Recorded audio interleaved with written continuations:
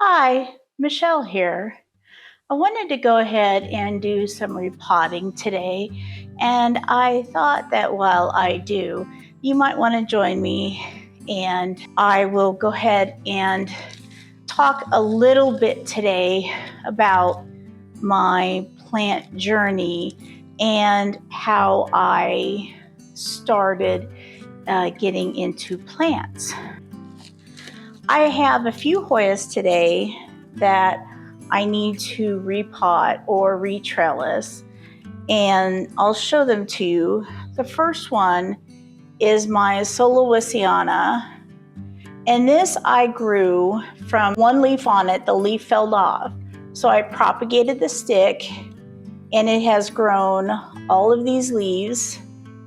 It was in a corner of my cabinet, so it kind of turned around the bend here, as you can see, but it produced these nice full-size leaves right here, and it's got a new leaf right here, and it's got new leaves growing right here and right there. So what I'm going to do with this one is I'm just going to put it on a trellis and wrap it up. I'm looking at the cup, and I'm starting to see roots come out. As you can see, there's a nice root right there coming out. There's a root right there down at the bottom. So it looks like this is growing pretty good. So my plant journey actually started back in Kansas in the late 70s and early 80s. I grew up in Kansas, and while my parents and grandparents didn't farm agricultural crops, they were busy. There was always activities on the farm. Oh, crud, I just broke the tip off the leaf. I closed it in the pot and it broke. Darn it. So I was exposed to growing very early in life. I was exposed to growing in a garden. My mother and my grandmother, they grew large gardens. They not only grew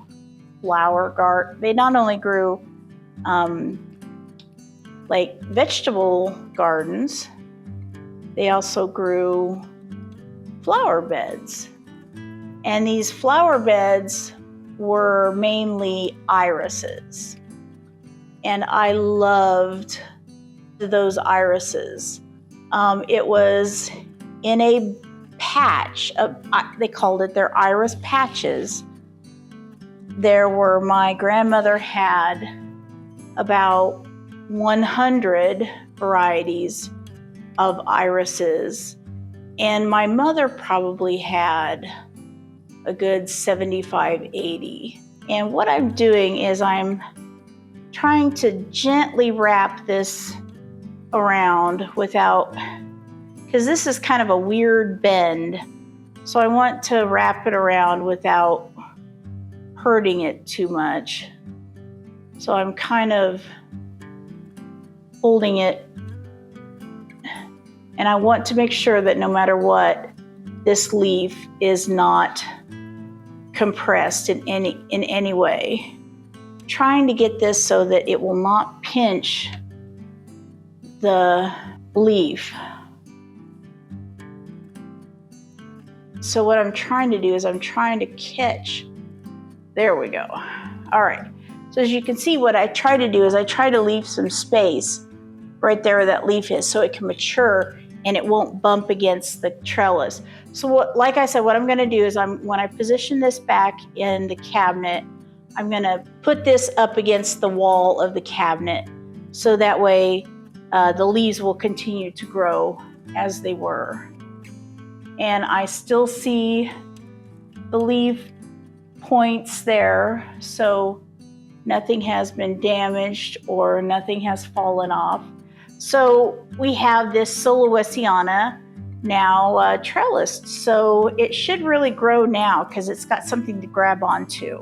Before I get back to the story about my parents' house, this is my microdwarf. This is NS 12-0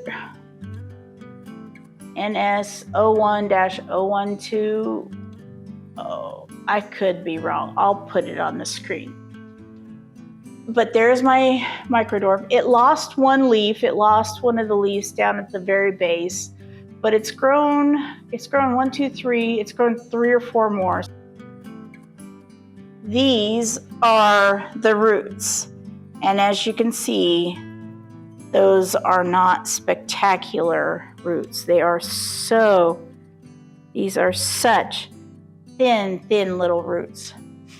So what I'm going to do in replacement is tree fern fiber. Yes, I have this bin that I'm potting on has cuttings in it. And these cuttings, I am experimenting with tree fern fiber. And so far, I have to say I'm really excited about the results. I'm using a ratio of 70% tree fern fiber and 30% perlite. So that's my mixture. So I'm just kind of tapping the soil or the tree fern fiber into place around the roots. The tree fern fiber, I have noticed, when you wet it, it does retain a lot of moisture, so there will be moisture retaining in the bottom. What I normally do is after I water this, I normally go like this gently to force the water out the bottom of the pot, because I don't like to have water sitting in the bottom of an organic material. I only like to have water staying in the bottom of a pot if it's inorganic material like leca or pon. So that's why I do that. This needs a tiny little trellis. It's getting pretty tall. But I'm really excited so far about the results of tree fern fiber. I'm going to keep going with it. I will post what I find, and hopefully it will be of some interest and some value to people.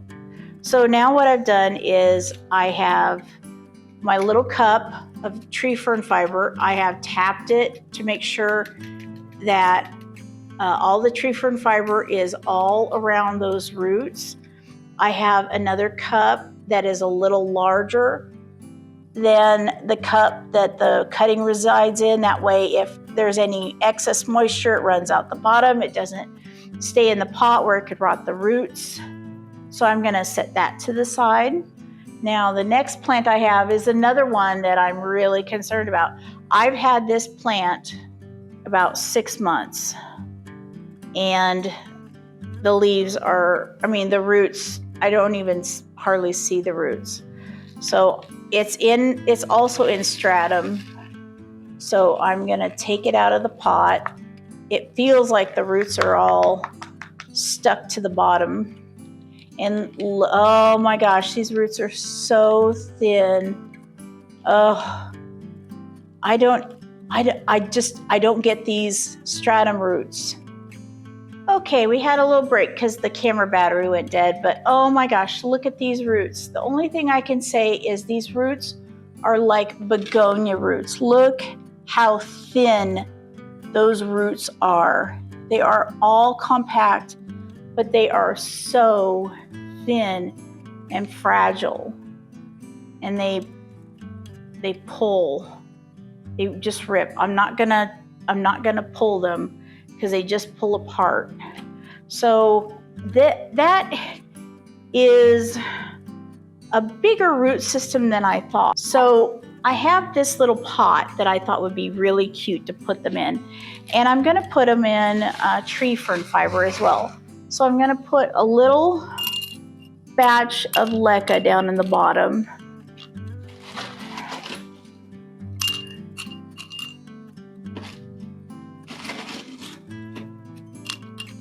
There we go.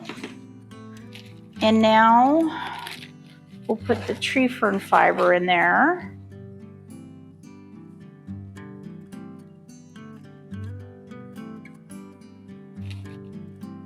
And I like this little pot. I think it's so cute. I got this at the local nursery. So I'm glad I get to use it. Going back to my introduction to plants, like I said, it was my grandmother and my mother. They both had large gardens. They both had flower beds. Some of my fondest memories and some of my most detested memories were of weeding and tending to those iris patches, those flower beds. It's something that I remember sitting there like I'm sitting now, and I remember sitting in the midst of colors and shapes and of all these different flowers, and running my fingers on the frills of the petals, and the little the stamens that were that had pollen on them, and I loved running my finger across them and getting pollen and smelling the pollen, and it just was a nice, fond memory I have. So I grew up around farming and I grew up around plants, but I did not get into houseplants until 2019. And it's kind of a funny story. First off, this is my engleriana. This is the subspecies Vietnam. This is not the true engleriana. This is the one that has the larger leaves, that grows really well, that is not subject to easy root rot. So I got this as a gift, and it's just grown since then. I've taken cuttings myself. I'm growing those now. But I just love this plant. And the pot it's in is just cute as can be. And the last thing we're gonna do today, because that literally is all I grabbed today. I mean, I guess I'm light on the chores today. The next thing I need to do is to finally pot up my Rebecca cuttings. And as you can see, the cuttings are very fine, very healthy. They're all rooted together. That's interesting. Let's check these. Woo, look at those roots. These have been in a jar for quite a while. Okay, so this is from my Rebecca plant, and I will see if I can shoot a picture up in the corner. I had this plant, and it started off as some little cuttings, and it grew and grew for me, and it became a quite large plant, and unfortunately I rotted the roots, and so I had to take cuttings and start it all again. And so it was a hard decision to do, because this plant had all sorts of peduncles on it. What I did was I took cuttings from the plant that were in danger of dying. The cuttings were severely dehydrated or such that they were not going to be viable much longer. I left the main plant with plant material on it, and it is just fine now. It's much smaller, but it's doing well. It recovered just fine. So I have these cuttings. I'm trying to get these apart a little. They've rooted all in together really closely. At least break them apart just a little, loosen them up just a little, so that when I put them in the pond, they don't go everywhere. And you know what? I may not get them very far apart, because that may be a useless activity. These are a little looser. In 2019, I had received a few orchids for gifts, and I really enjoyed those. I decided I wanted to branch out and get a few more plants, but I didn't really know what I was doing or getting myself into. So I got on Facebook, and I was like, holy cow, this is like amazing. I was starting to get, I had some, string of hearts was my first wish list plant, a variegated string of hearts. There was going to be a little swap held in my city. And I thought, well, that's interesting. I don't really have any plants, so I will go and maybe get a few plants that, I didn't have before.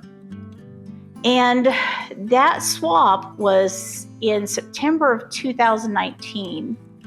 And I met my dear friend Tabitha at that swap for the very first time. My friend Tabitha was the one who actually got me interested in Hoyas. I didn't think I wanted Hoyas because I thought they were all, large carnosas. I didn't understand the whole complexity of Hoyas. I didn't understand that, there were 600 plus varieties of Hoyas. If it was not for my friend, and if it was not for that swap, I don't think I would be here today. So that I always am very grateful for. Being in the plant community has given me so much. The next year, which was December 2020, and there was like a little Secret Santa swap, and in a Hoya group. And I was really excited because I had just gotten interested in Hoyas. Unfortunately, what happened was right after I signed up for the gift exchange, COVID hit, and my husband was temporarily laid off. And I had to tell the person that organized the gift exchange that I had to pull out. And I felt so horrible because I am a person who honors their obligations and their responsibilities. And I just couldn't. And I felt really awful. But I didn't really think anything additional about it. A few months later, I got a package in the mail. And I opened it up, and it was Hoya cuttings. They were gifts to me from one of the admins of the group that organized the swap. Those cuttings, many of which I still have to this day, taught me everything I know pretty much about rooting Hoyas, about growing Hoyas, about what to do when Hoyas when something bad happens to a Hoya. There's there's an issue with the Hoyas. And, I'm eternally grateful. After 2020, I started accumulating Hoyas. Not very fast, mind you, but at a steady pace.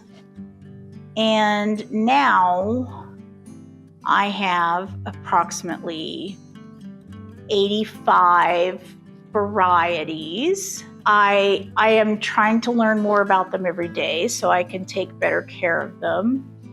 I have so much to learn. Okay.